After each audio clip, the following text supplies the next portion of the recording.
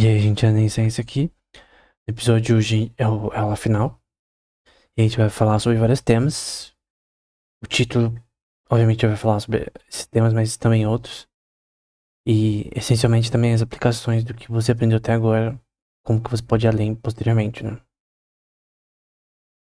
Bom, antes de tudo, a gente vai falar sobre umas coisas que a gente não falou anteriormente. Que são relacionadas à estrutura de navios. Então, tem alguns tipos aqui. Não todos. Mas o de containers. Talvez seja o que seja mais conhecido, né? Quem jogou GTA já foi naquela área que tem os containers e tal. É, é a coisa mais assim categórica com relação a portos. Tanques químicos, tankers, né? Que no caso pode receber diversos tipos de materiais, sejam amônia liquificada, é, seja gás natural liquificado, né? Que é no estado líquido. Normalmente no estado líquido, né? Diversos tipos de substâncias. Os de crude oil, lembrando que crude oil é o óleo não, né? É o petróleo. Antes de passar para refinação, na parte de refinação você divide é, numa câmera de gás, né? É chama de tower, alguma coisa tower, em que esse gás é convertido em líquido, né? Só que separado também em várias partes ali por peso, para questão do que vai ser diesel, do que vai ser querosene e entre diversas partes de refinação, mas é, esse petróleo aqui, ele obviamente, tem utilidade depois da refinação. O Rorô, que é para levar, por exemplo, carros. Então você tem transporte de carros. Isso é interessante, porque você tem empresas que fabricam eles, ao invés de mandar para. Ao invés de fabricar num país especificamente. Então, talvez tenha um país que não tem a estrutura apropriada daquela empresa para fazer a fabricação. E aí você tem esse transporte, que obviamente tem um custo, mas também é feito, né? Aqui são carros de diversos tipos de veículos. Tem o que leva, tipo, coisas como grãos, commodities, ouro, prata, todo tipo de commodity em seções, de uma forma que não seja danificado, né? Tem os focados em LNG, então é gás natural na forma líquida, né? Obviamente você não acha gás natural na forma líquida na parte da Terra, em forma de gás, mas convertida é, nesse formato aqui. Que ele é melhor para transporte, né? E aí, no caso, também que levam diversos tipos de coisas, né? Que é o General Cargo Ship. A gente vai ver alguns exemplos deles. Aqui também é outro exemplo. É a mesma coisa. Tem aqui uma adição, né? Que é o de livestock, que são animais. São animais que vão ser indo de um lugar para o outro, né? Em massa. Então, todo tipo de animal, porco, todo tipo de animal possível. Ovelhas, enfim. E também pode ser investido no mercado de futures. Também pode investir em commodities com relação a eles, né? Os VLCCs, que são extremamente grandes para levar crude oil, gás natural, todo tipo de material químico, só que em condições maiores. Esse é um exemplo de um navio de gás natural. Dá pra ver que tem esses tanques enormes aqui. Tem um sistema aí também, questão de engenharia com relação à termodinâmica associada a esses gases, enfim. Os gases não, essas substâncias. Então é uma coisa muito mais complexa que a gente não vai tratar aqui. Esse aqui é um de petróleo. Obviamente tem vezes que dá problemas, colisões, tem problemas de mau funcionamento, vazamentos, tudo isso tem que ser avaliado, né? Transporte de gado, dá pra ver que a estrutura é totalmente diferente, é feita apenas pra isso. É mais difícil porque você tem que cuidar do gado no caminho, né? Mas basicamente isso é o de livestock, né? Diversos tipos de animais diferentes, enjaulados, né? Então esse é um exemplo de transporte de gado e dá pra ver que é bem complexo, né? Você manter esses animais bem até chegar no destino, né? Então, como são animais que precisam comer, precisam se alimentar, precisam se manter, não necessariamente isso daqui você consiga fazer isso com mantendo a qualidade num prazo muito longo, né? Os petroleiros, né, transportam petróleo que atende demandas da vida humana e econômicas, demanda com relação a aviões, a carros de transporte, a caminhões que precisam levar alimentos, matéria-prima, produtos para diversos tipos de lugares, e sem eles tem um caos. Teve uma época que São Paulo teve uma questão de greve de caminhoneiros, que realmente as pessoas ficaram preocupadas. Teve empresas que não estavam recebendo os seus produtos na data certa. Então, é uma coisa extremamente importante. Por isso que o preço do petróleo afeta bastante essas questões logísticas com relação ao transporte de diversos tipos de coisas que tem impacto econômico bem rápido. Não só na questão da gasolina e coisa do tipo. Afinal, quando chega no porto, esse tipo de material você tem que passar por terra, né? Diferentes tipos de tanque de carga, pode ser transportado de várias formas. O LNG, enfim. Essa parte do final não é tão interessante, né? Eu, particularmente, não ligo para questões de meio ambiente. Se o recurso é mais seguro e limpo, tem várias razões para eu não acreditar que isso seja útil, né? Do ponto de vista econômico, né? Mas não vem ao caso aqui. Esses são os tipos de containers. Esse aqui é um vídeo, na verdade, que tem no YouTube que mostra essa imagem. Então dá pra ver o tanto de containers que tem aqui. De uma forma estrutural que não cai, obviamente. Obviamente, se cair isso daqui, ferrou, né? Aqui você tem milhões de dólares. Só nesses containers com diversos tipos de produtos, né? Deve ter contrabando aí também. Tem todo tipo de coisa, né? Infelizmente, quem já viu o Senhor das Armas, né? Tem uma parte que ele mostra os containers cheios de armas e tal, enfim. Aqui são outro exemplo. Esse é o de carros, né? E outros tipos de veículos, tem caminhões também. Obviamente tem que ser enorme. Tem uma estrutura interessante aqui de como os veículos são armazenados, né? É um bom brinquedo para criança, né? Numa versão de brinquedo pequena, né? E aqui você tem um exemplo dos carros alinhados aqui e sendo levados, né? Obviamente, às vezes pode ser menos custoso você fabricar na região. Só que, assim, que às vezes uma empresa tem problemas de fabricar um carro ou diversos tipos de veículos num certo país por questões da lei de lá, impostos, tarifas. Você tem que, às vezes, importar matéria-prima. Às vezes não, né? A maioria das vezes você tem que importar matéria-prima de outros lugares para fazer a parte do carro. Questão de industrial, que você pode ter vários tipos de impostos e coisas do tipo. Então, às vezes, pode ser que em massa você fazer carros dessa forma no seu certo país, que tem impostos mais baratos, coisas do tipo, e aí você transporta, seja menos custoso que você ter uma empresa, um lugar que você quer vender carros ali, mas você não quer ter o problema de problemas legais de burocracia, coisas do tipo que acaba atrapalhando a empresa a se sustentar, né? Por incrível que pareça, a legislação pode destruir empresas facilmente. E aí, obviamente, acaba com a economia do país, empregos, coisas do tipo, né?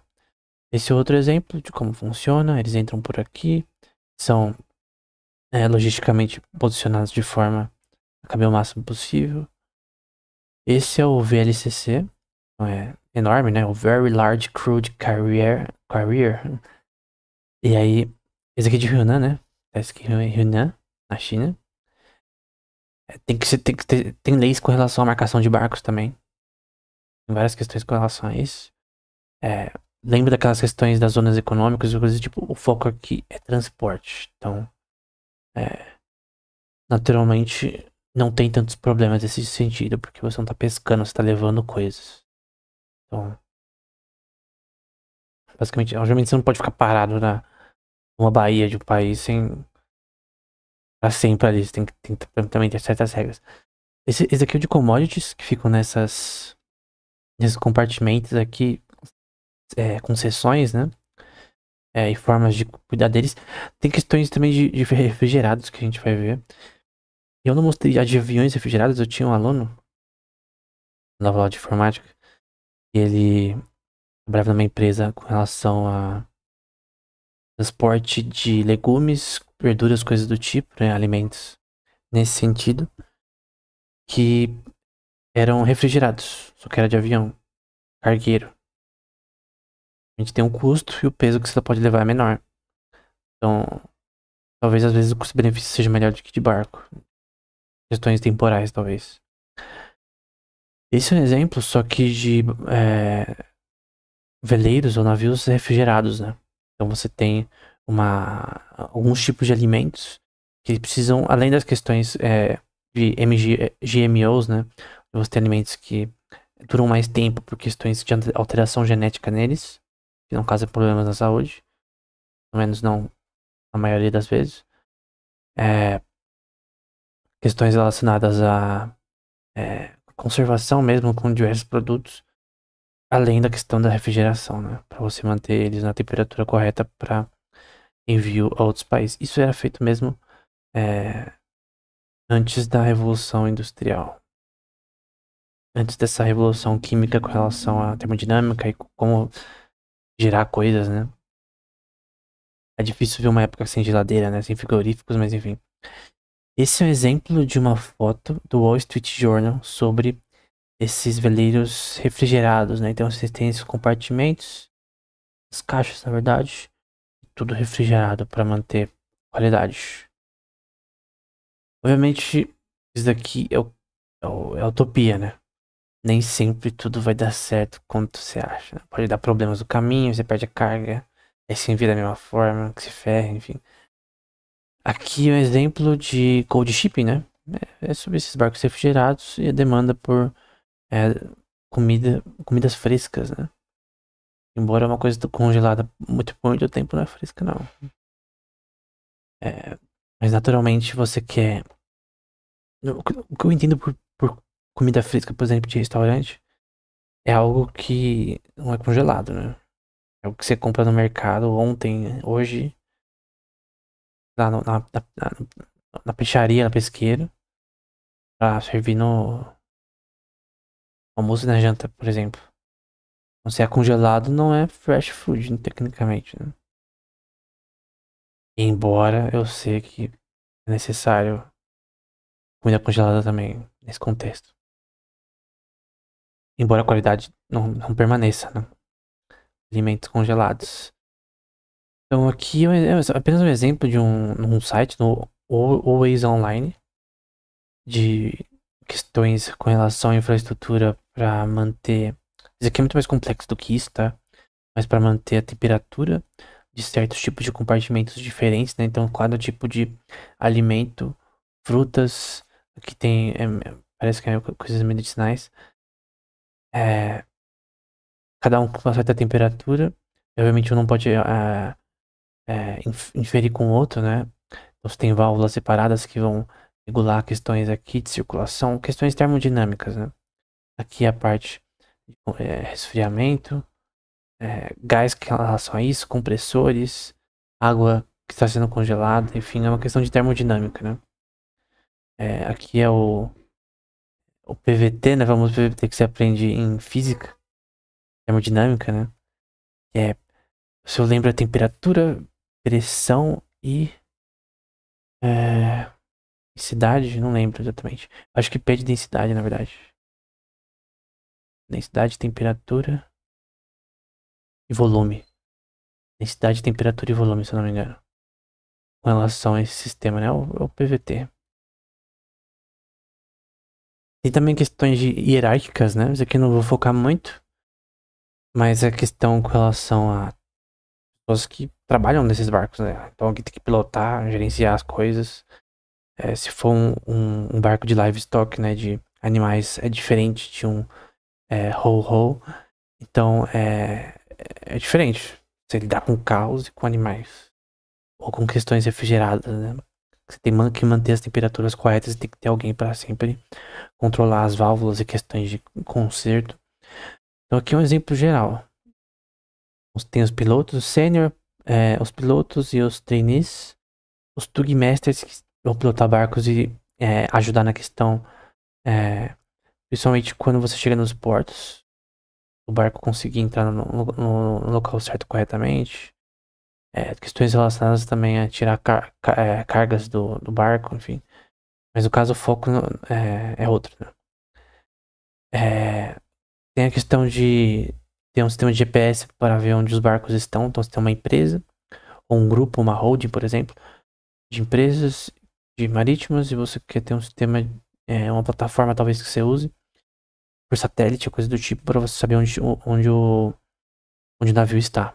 Você conseguir comunicar às pessoas que estão te contratando para isso. Então, por exemplo, o cara de Shanghai tá esperando um certo navio chegar, ou um certo grupo de navio chegar, e você já conseguir ver, né? E também as pessoas podem ver também, né?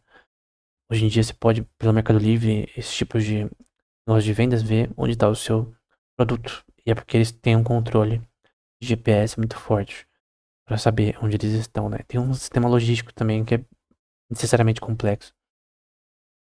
Questões de segurança, assim, ainda hoje, por incrível que pareça, existem é, ladrões dos mares, né? Tem piratas também, tem...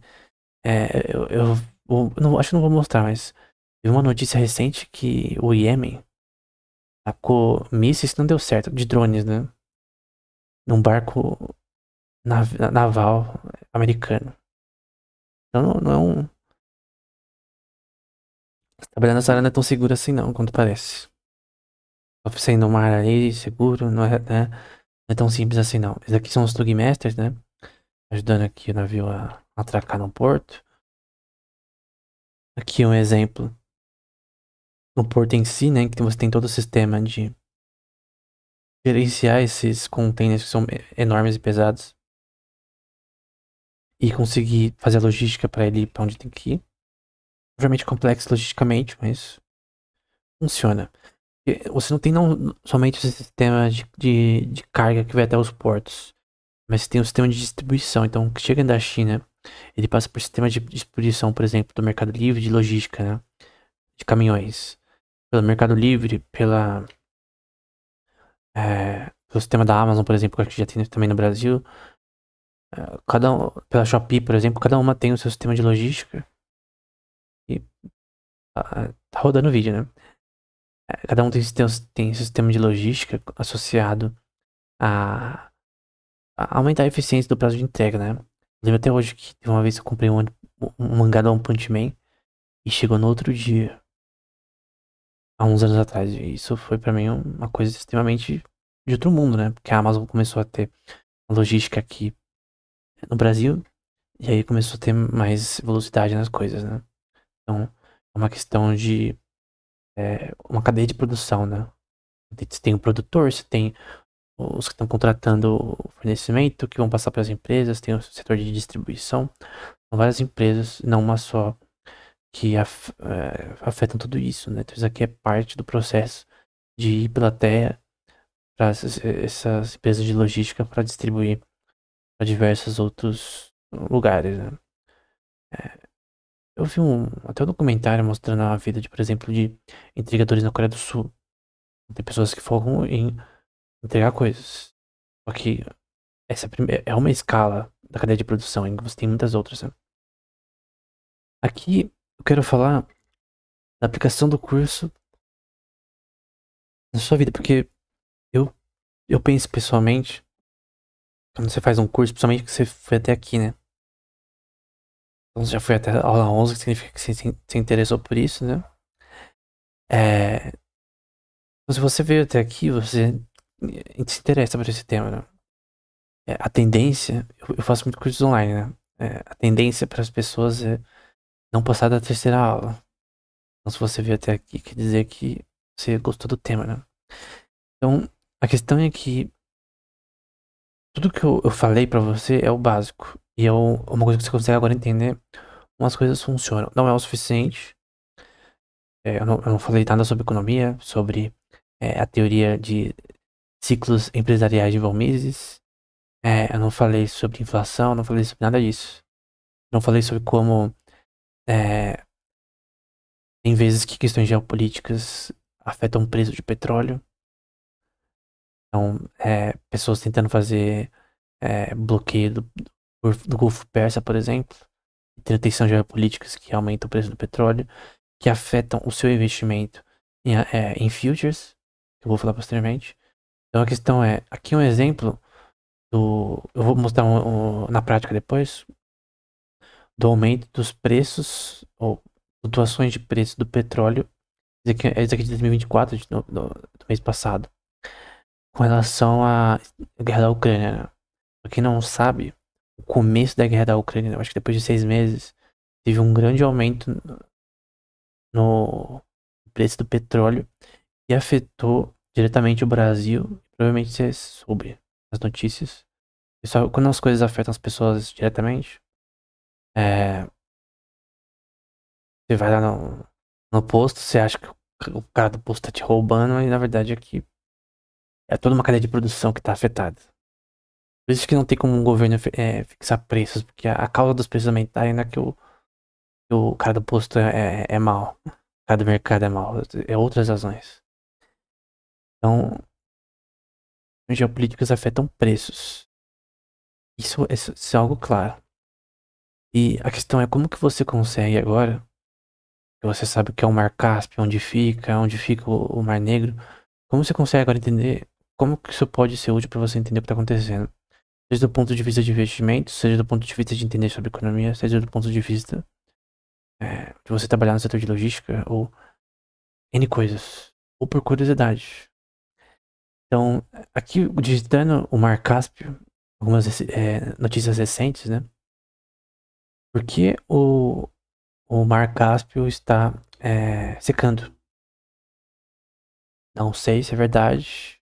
Parece que é da Sky News, não sei se é verdade. Tem que ver questões aí. Papers acadêmicos que mostram isso claramente. Questões sismológicas, coisas do tipo. Como é fechado, realmente ele pode secar. Não é impossível. Tem como o homem ajudar nisso, se ele quiser, mas enfim. Questões de climáticas é uma coisa que é muito falada no Mar Cáspio, coisas do tipo. Somente por questões de narrativas políticas para pressão em empresas, como elas devem gerenciar os recursos da região. É quase uma forma de você minar o lucro das empresas possível, né? Mas enfim, não é o tema que a gente tá falando aqui. Aqui sobre questões da Marinha Russa no Mar Negro e a Ucrânia com questões navais aí com relação a eles, né? Tem até uma foto aqui.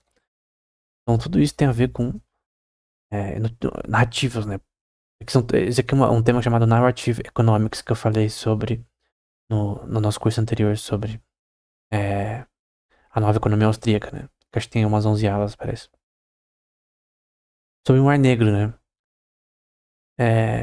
Questões de oleodutos, né? Gasodutos no Mar Negro. Questões da Ucrânia com relação a ataques em plataformas de gás, né? Gasodutos. Não sei se é verdade. Sempre pense 2 vezes a acreditar numa notícia, né? Do Business Insider, né? Sobre como a Ucrânia estava usando drones de barcos para ataques no Mar Negro. Então pensa, geopoliticamente o Mar Negro é extremamente importante, até economicamente para a Rússia. E depois eu vou mostrar como, de novo, novamente, você já sabe, como ela tem uma posição importante ali. Embora ela tenha acesso ao Mar Báltico, questão de transporte, você não pode levar de uma coisa pro lado pro outro na Rússia até o Mar Báltico, né? Então você tem que passar pelo Mar Negro, não tem como.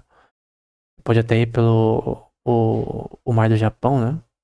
Pelo Mar de Okhotsk, mas o Mar Negro é importante pra Rússia pra caramba.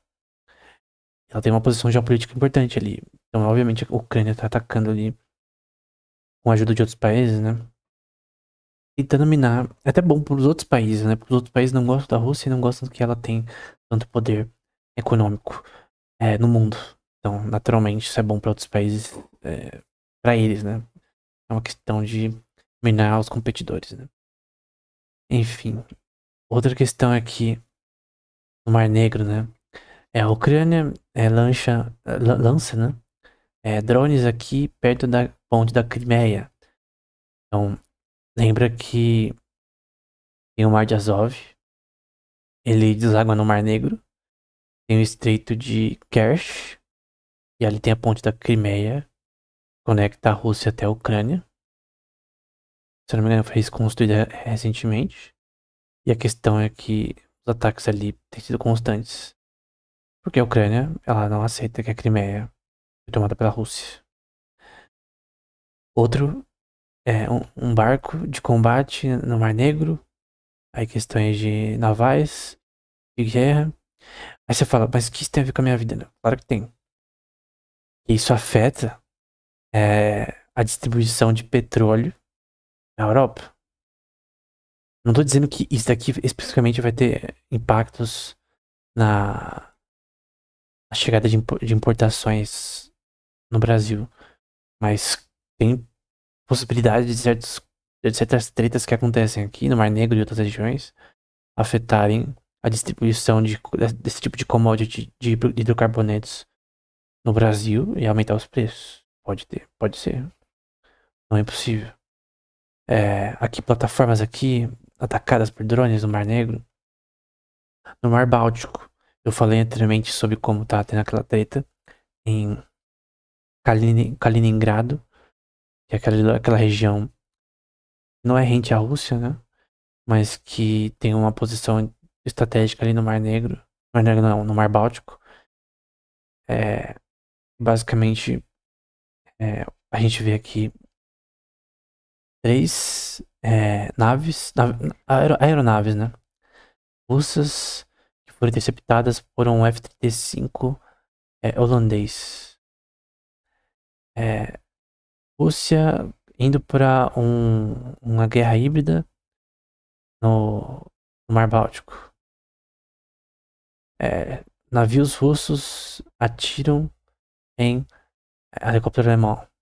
Não sei se isso é verdade ou não, né? Você tem que ver a notícia e olhar para outras também. A maioria das notícias não são a verdade completa. Falando sobre esse aqui, sobre acho que política externa, né? Falando sobre a questão de atores ruins no Mar Báltico, obviamente falando mal da Rússia, da China. E sabe qual a maior treta agora no Mar Báltico? Você pode ler notícias sobre isso agora, porque agora você já sabe onde fica o Mar Báltico, onde ficam as coisas, como que funciona. A maior treta é cabos que foram cortados ali que estão culpando a China e a Rússia. Então aqui, ó. Rússia nega que ela cortou cabos e passa por baixo do mar, no Mar Báltico, né? E esses cabos, eles são pra internet, né? Então isso pode afetar a vida das pessoas rapidamente naquela região da Dinamarca, Suécia, Finlândia. A questão é quem cortou. Obviamente cortar cabo de internet é uma coisa questão de guerra é importante, porque você basicamente cria um caos, não só para as pessoas comuns, mas economicamente, né? Porque as empresas precisam mandar e-mails, receber e-mails, fazer transações, precisa de internet para tudo isso. Enfim. Aqui provocações no Mar Báltico, um ministro alemão. Esse aqui é de Kiev, né? Da Ucrânia, né? Então com certeza é contrário à Rússia. E tudo bem, né? Cada um com cada um. Eu também não sou a favor dela, mas também não sou a favor da Ucrânia. Eu meio que sou neutro, né? Não é neutro, eu não gosto de nenhum dos dois. Eu acho que tem a diferença de alguém que é neutro, tipo, não. Eu prefiro não opinar, e tem a pessoa que ela numa tensão como essa política, ela vê pros lados e fala, não, eu acho que os dois estão cometeram erros aqui, né? Não faz sentido eu continuar aqui, né? De novo, falando sobre a China e Rússia cortando cabos, enfim. Tem a Ucrânia que há um tempo atrás também foi acusada de atirar oleodutos da Rússia, mas tem que ter provas, né? E nem sempre. Você pode ter certeza que a maioria das provas não vão chegar na mídia. Aqui de novo sobre os F-35, que é um tipo de caça, né? Holandês, na Rússia, enfim. Polônia propõe patrulhas militares no Mar Báltico para lidar com a Rússia. E você agora pode ir no mapa, no Mar Báltico, entender ali onde está São Petersburgo, onde está Kaliningrado, entender as questões das plataformas continentais, jurisdição e o que eles estão falando aqui. Então, eu creio que agora você já tem um conhecimento básico suficiente para conseguir ler notícias e ir além, porque isso aqui é uma coisa que está sempre ocorrendo. Tem uma coisa chamada Histórico Econômicos, que você estuda a história da economia, mas também tem a economia do atual, né? O que está acontecendo agora. Ambos têm as suas importâncias, né? Eu creio que sem entender o passado também você não consegue entender o que está acontecendo agora. Mas enfim. Tensões crescem aqui de Munique, né? Da Alemanha. Ela também está com conexão no Mar Báltico, como a gente viu. Eu não tô lembrado aqui, eu creio que ela tá. Com questão de presença naval no Mar Báltico da Rússia, né? Então, obviamente que a Rússia, ela quer. Ela sempre tá um passo à frente das outras nações com relação a. Não encher o saco, mas a querer mais do que ela merece, né? Óbvio que no Mar Báltico, a Rússia não tem uma presença forte do ponto de vista de plataforma continental e jurisdição. Obviamente ela quer isso. E ela vai tentar fazer formas de tentar fazer isso. Não tô dizendo que é certo ou errado a questão de todo país ele quer vantagem. E é basicamente que essa é a tensão, porque outros países não gostam da Rússia e não gostam que ela tá tentando pegar o que é deles, né? Tem a questão que eu falei anteriormente nas ilhas de Kuril, no Mar de Okhotsk, né? Que a Rússia, ela tem essas ilhas desde a Segunda Guerra Mundial. Por sinal, o Japão fez um monte de merda, né? Então, eu não sou a favor do Japão em certos contextos geopolíticos, né? Por conta da razão dessas ilhas ser dadas para a Rússia, mas a questão é que, como eu disse anteriormente, as ilhas de Kuril, elas têm uma estratégia geopolítica militar da Rússia muito forte. E por isso, obviamente, tanto os Estados Unidos, Europa e outros países gostariam que elas não pertencessem à Rússia. Mas a questão é, do ponto de vista de propriedade, de Locke, né? Não é quem achou primeiro que é o dono, né? Tem a questão histórica de quem é o dono, mas também tem a questão atual de quem militarmente e quais razões do que a pessoa que o país é dono daquela região. Então, eu não tenho uma opinião forte sobre as ilhas de Kuril, quem deveria ser, mas eu acho difícil que a Rússia vai largar essas ilhas pro Japão. Então, teve protestos, teve questões com relação à treta no Japão, enfim. Eles visitaram a ilha recentemente, as ilhas, né? São várias. Uma sequência de ilhas, como a gente viu. Perfeito para fazer um Call of Duty da vida. Outra coisa interessante, e outro exemplo, recente, é de 8 de dezembro, então é muito recente, desse ano. E é um exemplo do que você pode, de repente, vamos supor que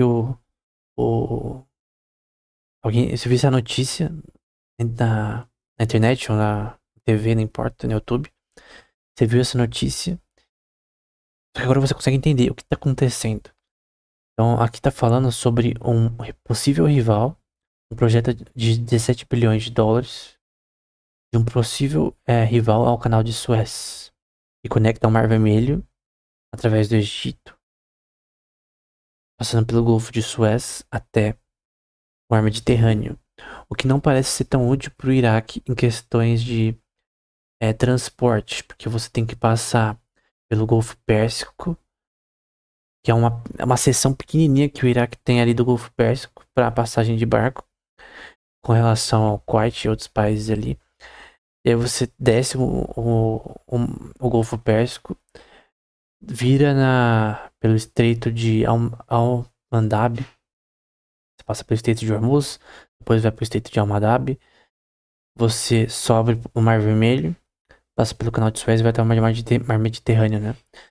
Só que agora eles querem construir um canal entre o Egito não, entre Basra, essa é a seção que é do Iraque, é bem pequenininha. Aqui é a ponta do Golfo Pérsico. E aí você tem é meio que um rio que vai até a Basra, né? Aqui, ó, passando por Chavibidé e Abadan. E eles querem, é um projeto largo, né? Vim daqui, passar pela Turquia, porque eles têm uma, um, não um contrato, mas uma parceria com a Turquia nesse. Então eles vão querer passar pela Turquia. E eu não sei se eles querem ir pro Mar Negro ou direto pro Mar Mediterrâneo. Mas querendo ou não, eles vão ter que passar por aqui pra ir até a Turquia. Ou talvez pra cá, ou talvez pro Mar Negro, ou os dois.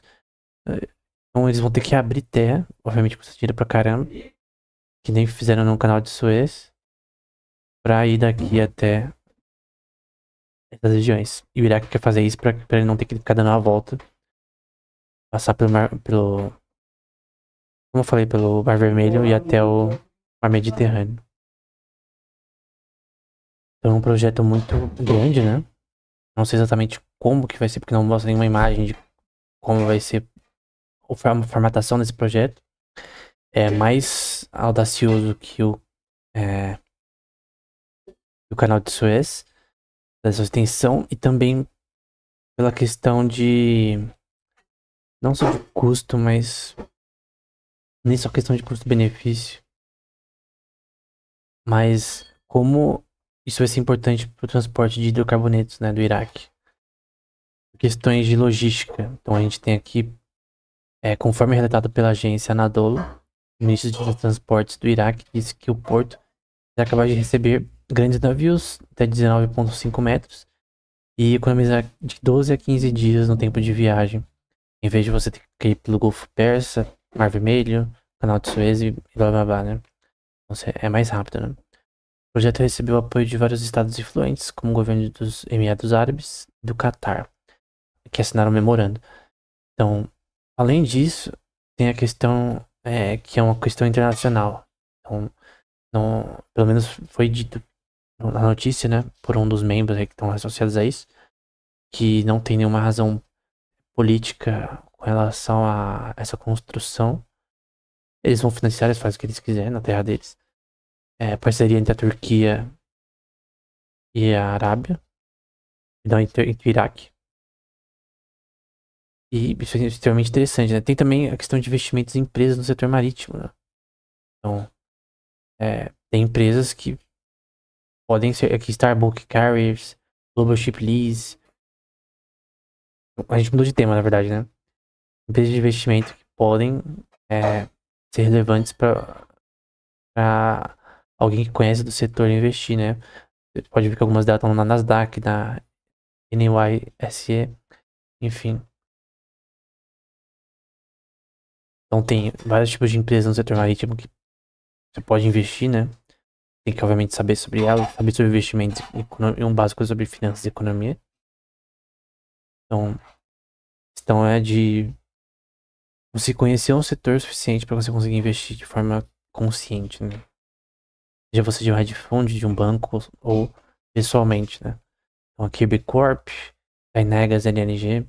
Então, você tem que conhecer as empresas, o que elas fazem e como as narrativas econômicas que existem podem dizer, te dar informação do que vai acontecer com relação ao preço dessas empresas, não que seja suficiente, né? Tem a questão das commodities, que você pode investir em futures, né? São contratos com uma certa maturação que você pode cancelar também. Mas que quando dá merda, né? Então você tem aqui o crude oil, gás natural, gasolina, carvão, nafta, que também é um hidrocarboneto, etanol, enfim. Alguns livros que eu recomendo. Esses aqui são os principais. Os outros é mais como ajudar também, né? Aqui é sobre investimentos, technical analysis, né? Você analisar gráficos para investimentos. Commodity Investing, que vai te ensinar sobre as commodities, sobre questões de ciclos de safra e plantação e coisas do tipo. Isso altera a forma que você investe em arroz, trigo, esse tipo de coisa que também tem como você investir como future. Tem pessoa que ganha bastante dinheiro com isso. Investir em ouro e prata tem sido bem lucrativo para quem fez isso nas últimas décadas. Principalmente depois da queda do. Ah, eu nunca lembro. Depois que os Estados Unidos acabou com o, o lastro no ouro, né? O lastro parcial no ouro, né? Cada vez mais o preço do ouro sobe, né?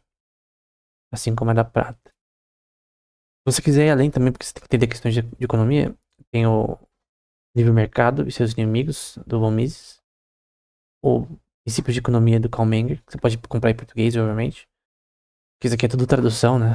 O original é alemão ou outras línguas. No caso deles é alemão. Esse aqui é muito bom, que é sobre princípios de agricultura econômica. A gente não falou muito sobre commodities, mas elas são transportadas também nesse contexto. Naqueles bulk carriers, naqueles barcos lá, com foco nisso, né? E saber sobre isso também é importante para investir em futures. Política de Aristóteles, porque você tem que saber um pouco sobre questões políticas para analisar o que está acontecendo. As narrativas econômicas atuais. Pra você entender por que um bloqueio do Estreito de Hormuz vai aumentar o preço do petróleo num tempo recente. E o que isso pode fazer de você não comprar futures agora de petróleo e também cancelar contratos para você não perder dinheiro. Na questão da maturação do contrato. Você faz esse aplicativo aí de broker de investimentos. Todos os livros que são contidos no Baixa Collection, a versão inglesa é de graça. Não sei se em português é difícil de achar esses livros. Mas o Baixa, na minha opinião, é o segundo maior economista. Pessoal, pra mim. Primeiro é o Cantillon. Depois o Baixa. Depois, acho que nem importa mais. Talvez o Mises. Mas ele é o meu segundo favorito. É um francês, né, da escola liberal francesa. Vai te ensinar bastante sobre esses temas também. Como funciona isso. Essa mentalidade aqui vai fazer você entender como investimento em sistema pode ser útil ou não. Tem esses livros aqui do Pierre Belonge, Como Pensar sobre Economia, a Primer, né? É um livro básico, mas que ensina bastante coisa de uma forma muito consistente. Ele é básico não, vai, é meio que intermediário. The Tariff Idea, se não me engano, esse W.M. Curtis era um banqueiro. Ele fala sobre como tarifas afetam o mercado. E, obviamente, afetam o mercado de comércios marítimos também, porque tarifas são impostos de importação. Tem sobre questões de política externa, que também, obviamente, você precisa saber para conseguir ler notícias de política externa e conseguir entender a volatilidade dos preços que está afetando. Enfim, no geral era isso. Espero que esse curso tenha sido útil. Até o próximo.